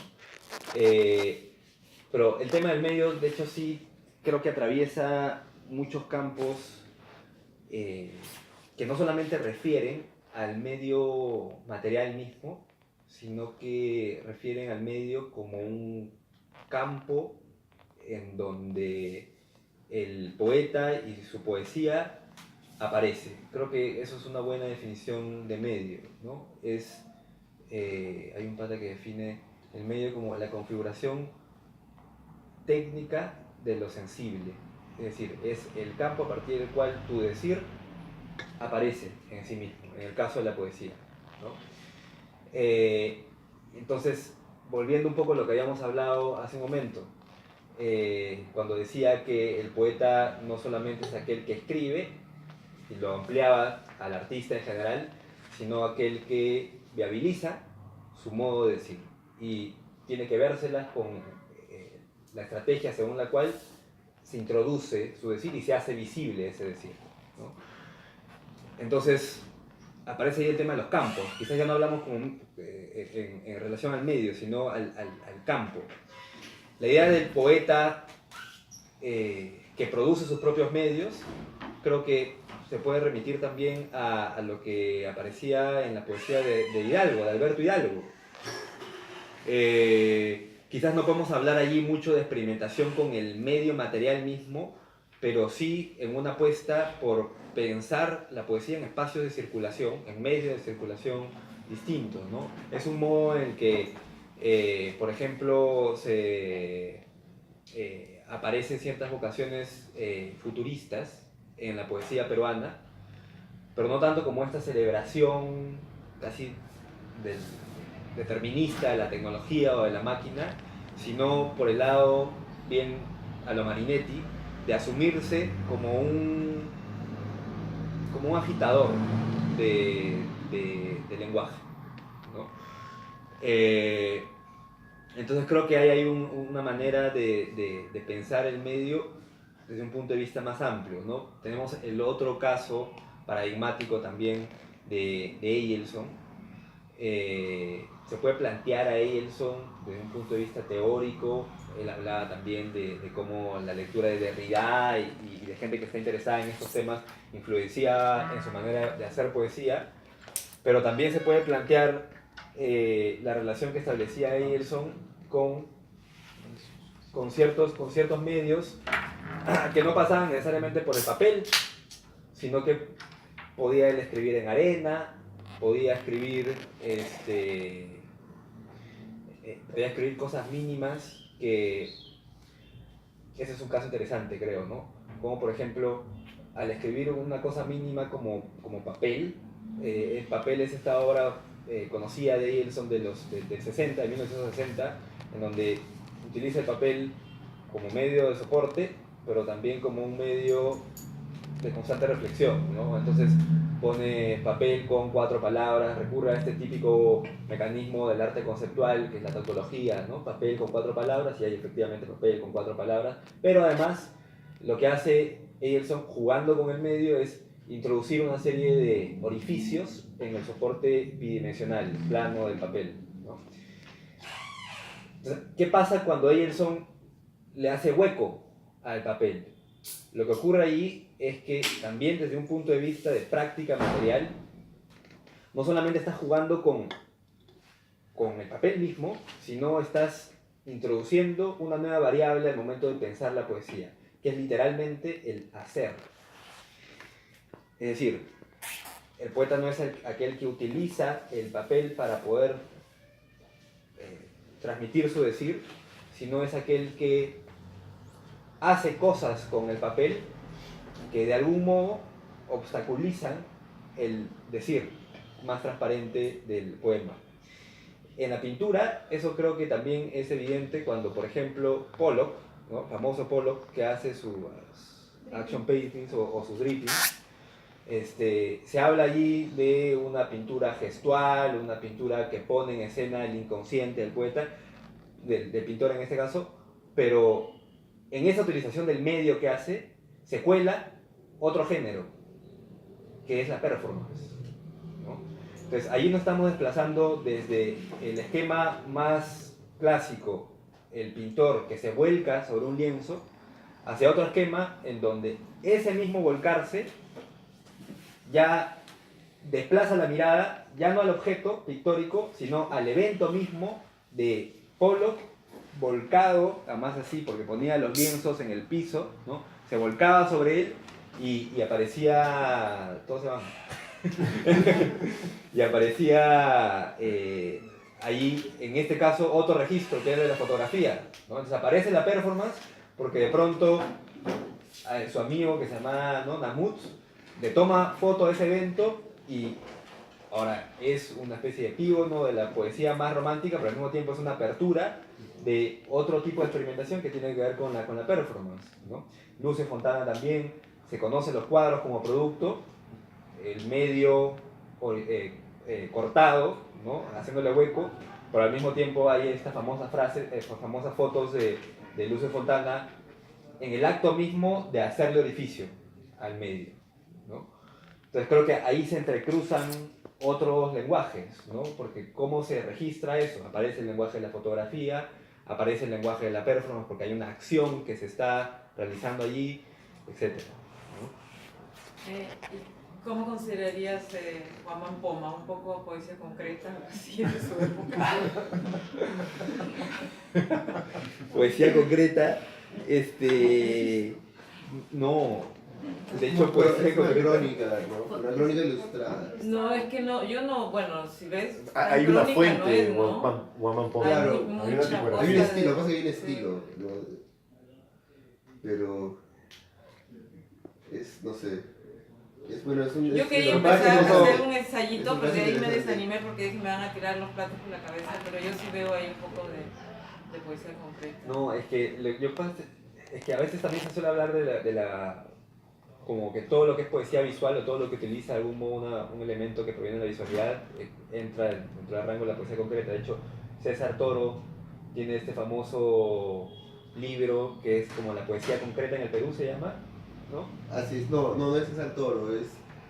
No, perdón, es un pata que tiene sí, se me olvidó el nombre ahora. como la poesía concreta en el Perú, Antología. que es una antología Y que pone Juan va Mampoma. desde los incas, creo que Guamán Poma no hay, pero termina en la poesía concreta tal cual, ¿no? Pero lo que pasa es que con la poesía concreta hay otra cosa que se pone en juego que es la noción estructural que se tiene del lenguaje. Ellos hablan proveniente del rollo de Apollinaire, ¿no?, de una concepción sintética ideográfica y no analítica. ¿Qué quiere decir todo este rollo? Que ellos creen que como efecto de la publicidad, ahora las palabras y el lenguaje se consume en bloque, no analíticamente, una palabra al lado de la otra, ¿no? Entonces, en ese sentido, hay una renuncia a la comunicación más sucesiva, más narrativa, ¿no? Y yo creo que en Guamán Poma no hay eso. En Guamán Poma sí hay una vocación narrativa, hay una vocación de contar. Registra su momento, es un medio o es un trabajo que tiene que ver con la memoria, totalmente. La poesía concreta creo que va por otro lado. Es un resultado de la cultura de masas, además, Sí. ¿no? Claro, Es era una forma Era de. broma. Pero- no, broma, Ya, ok. una Pero- forma pero- de pero vincular desde un lado un poco sí es- cínico lo que Claro, pasaba sí. ahora. Pero con- sí es interesante que sí es un momento en el que hay una integración de lenguajes que de hecho, como o sea, estábamos diciendo al comienzo, ¿no? O sea, esos momentos de integración han existido, ¿no? Igual Santa Rosa de Lima tiene sus poemas visuales con tejidos y cosas.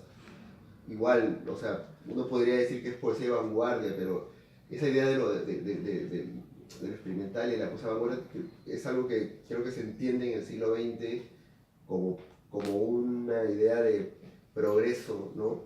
Pero o igual los poetas concretos, por ejemplo, la tesis de uno de los poetas concretos de Caroldo de Campos fue sobre un monje que escribía unos poemas visuales también, porque los monjes escribían unas cosas que le llamaban poemas de figuras, igual muchos místicos en general, pero, o sea, eso nadie diría que es poesía de vanguardia, pero perfectamente tiene muchos de los elementos que tiene la poesía de vanguardia, la poesía concreta, ¿no? Pero son como dos momentos, pero igual no deja de ser bien interesante ese asunto, ¿no? De que es como la escritura del Quijote, de del cuento de Borges, es un poco eso, o sea, la escritura de ambos, digamos, de estas dos producciones artísticas obviamente están condicionadas por contextos distintos, ¿no?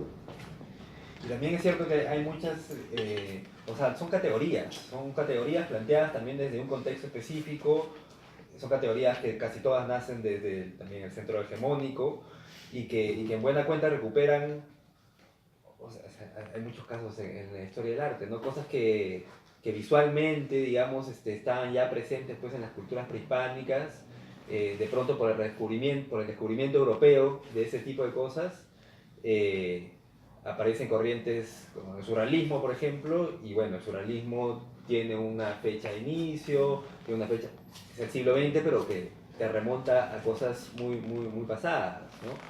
Entonces sí creo que siempre hay lógicas de categorización que pasan por un rollo colonialista, ¿no? De ponerle nombre a algo que ha existido desde antes. Eyerson tenía todo este rollo de comparar provocativamente el arte contemporáneo con el arte prehispánico, ¿no? Si el arte contemporáneo está presente desde hace muchos siglos atrás, pero claro, ahí nos preguntamos, ¿pero qué diablos es el arte contemporáneo? Bueno, es una categoría planteada desde un contexto y desde un condicionamiento político particular, ¿no? Entonces, finalmente yo creo que sí, nos movemos en eso, son categorías que son como juegos, ¿no? Agrupar ciertas cosas, ponerle el nombre, pero no son juegos inocentes, porque ponerle el nombre a algo es darle un poder a algo, ¿no? Entonces, sí. Sí, bueno, no es gratuito igual lo que me comentaba, que hay o sea, por el carácter visual incluso de la obra y del dibujo de la letra de Guamán Poma, que hay una fuente, hay una tipografía Guamán Poma, que tú la puedes bajar en tu computadora, escribir, ¿no? Y se llama Guamán Poma. Se llama Guamán Poma, ¿no? Pero bueno, sí, tenías una pregunta y creo que ya podríamos ir terminando. De esto sí, ¿no? bueno, si quieres podemos seguir conversando. Ellos van a querer seguir conversando, pero ya ir cerrando la mesa. Se podría decir que Guamán Poma ya entró al canon, a la institución arte, ¿no?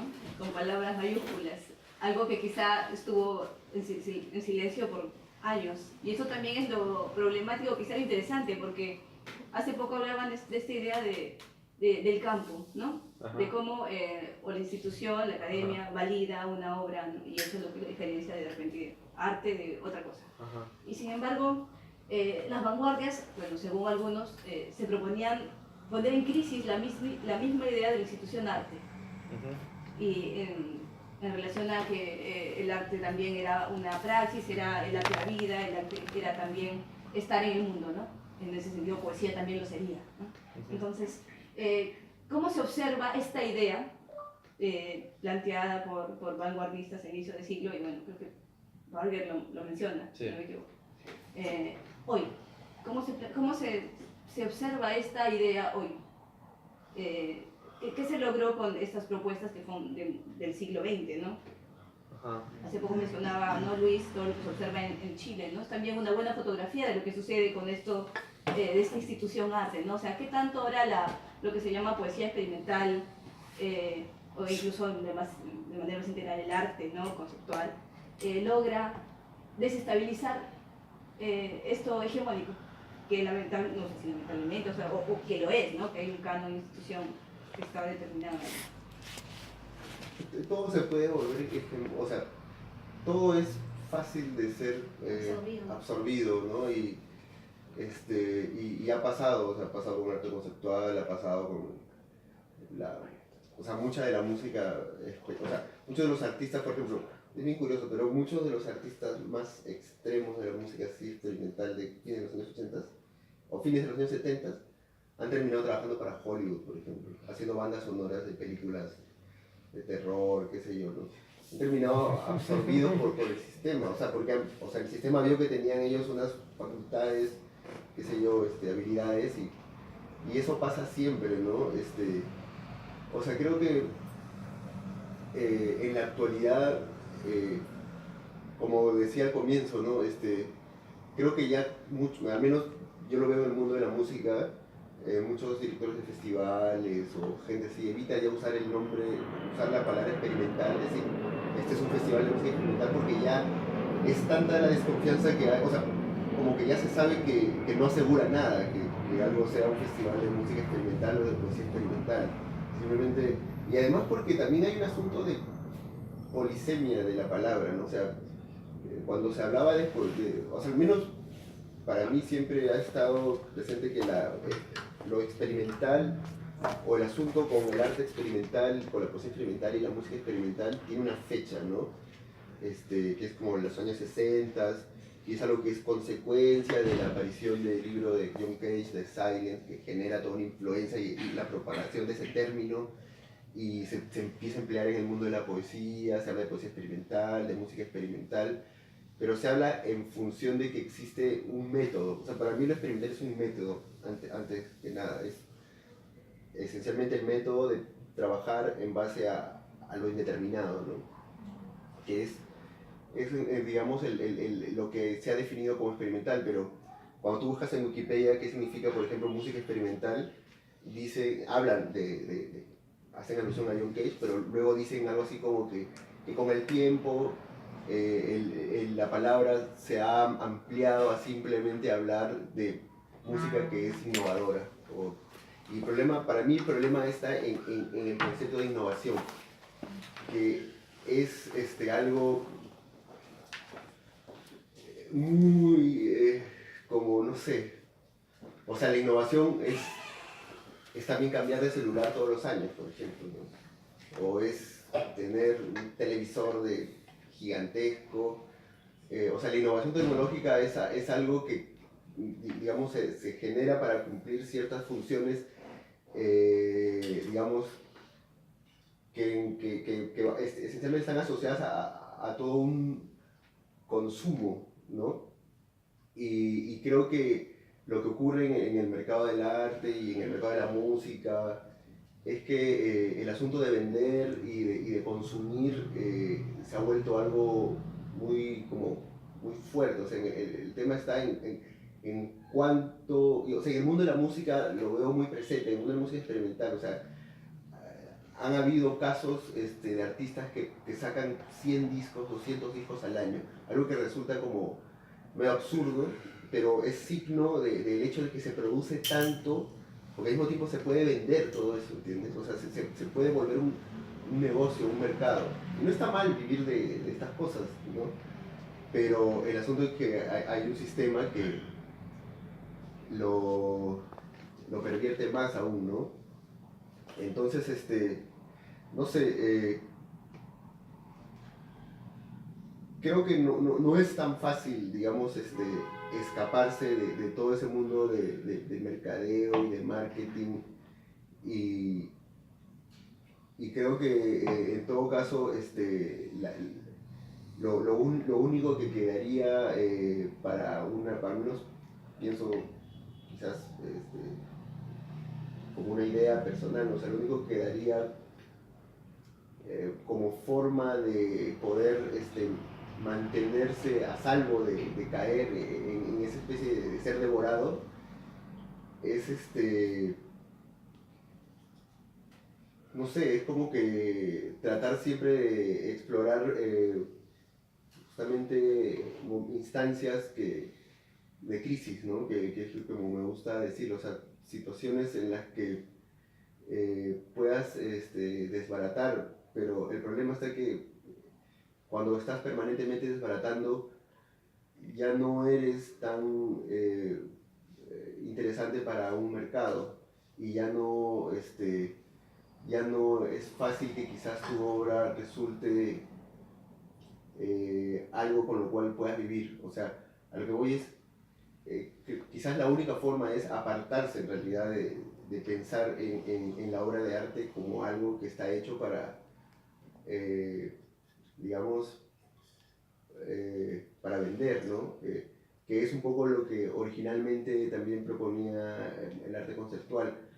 O sea, creo que el asunto está en el hecho de que hacer arte se haya convertido en un trabajo remunerado. Y el problema es que eso también se discute porque es algo que se exige, pero esa como derecho, digamos, ¿no? O sea, hay toda una contradicción y una cosa paradójica ahí que, no sé cómo se puede, o sea, hay que resolverla de alguna forma, ¿no? Pero hay algo ahí que no encaja. Bueno, siguiendo justamente esa beta de Burger, lo mencionaste, ¿no es cierto? A Buñuel le preguntaban acerca de los logros del surrealismo y él decía, creo que triunfamos en lo accesorio y fracasamos en lo esencial. La medida que un cuadro de Magritte, de Picasso, te cuesta millones de dólares, ¿no? Pero la idea, digamos, del movimiento, que de hecho era una respuesta al capitalismo, ¿no? Y que tenía este fondo utópico de ligar vida y arte, eso fue un fracaso, digamos, rotundo, ¿no? Y es más, hasta terminaron siendo prostituidos, que quizás es un poco el subtexto de lo que está diciendo Luis, ¿no? Pero bueno, creo que ha sido bastante interesante, se ha disparado para varios lados, creo que se esperaba con esta mesa. Y gracias por venir y algunos por seguir viniendo a Pesapalabra. Esperamos de acá a un mes tener una nueva mesa con otro tema que resulte de interés. Gracias a los expositores, un aplauso para ellos. Y hasta la próxima.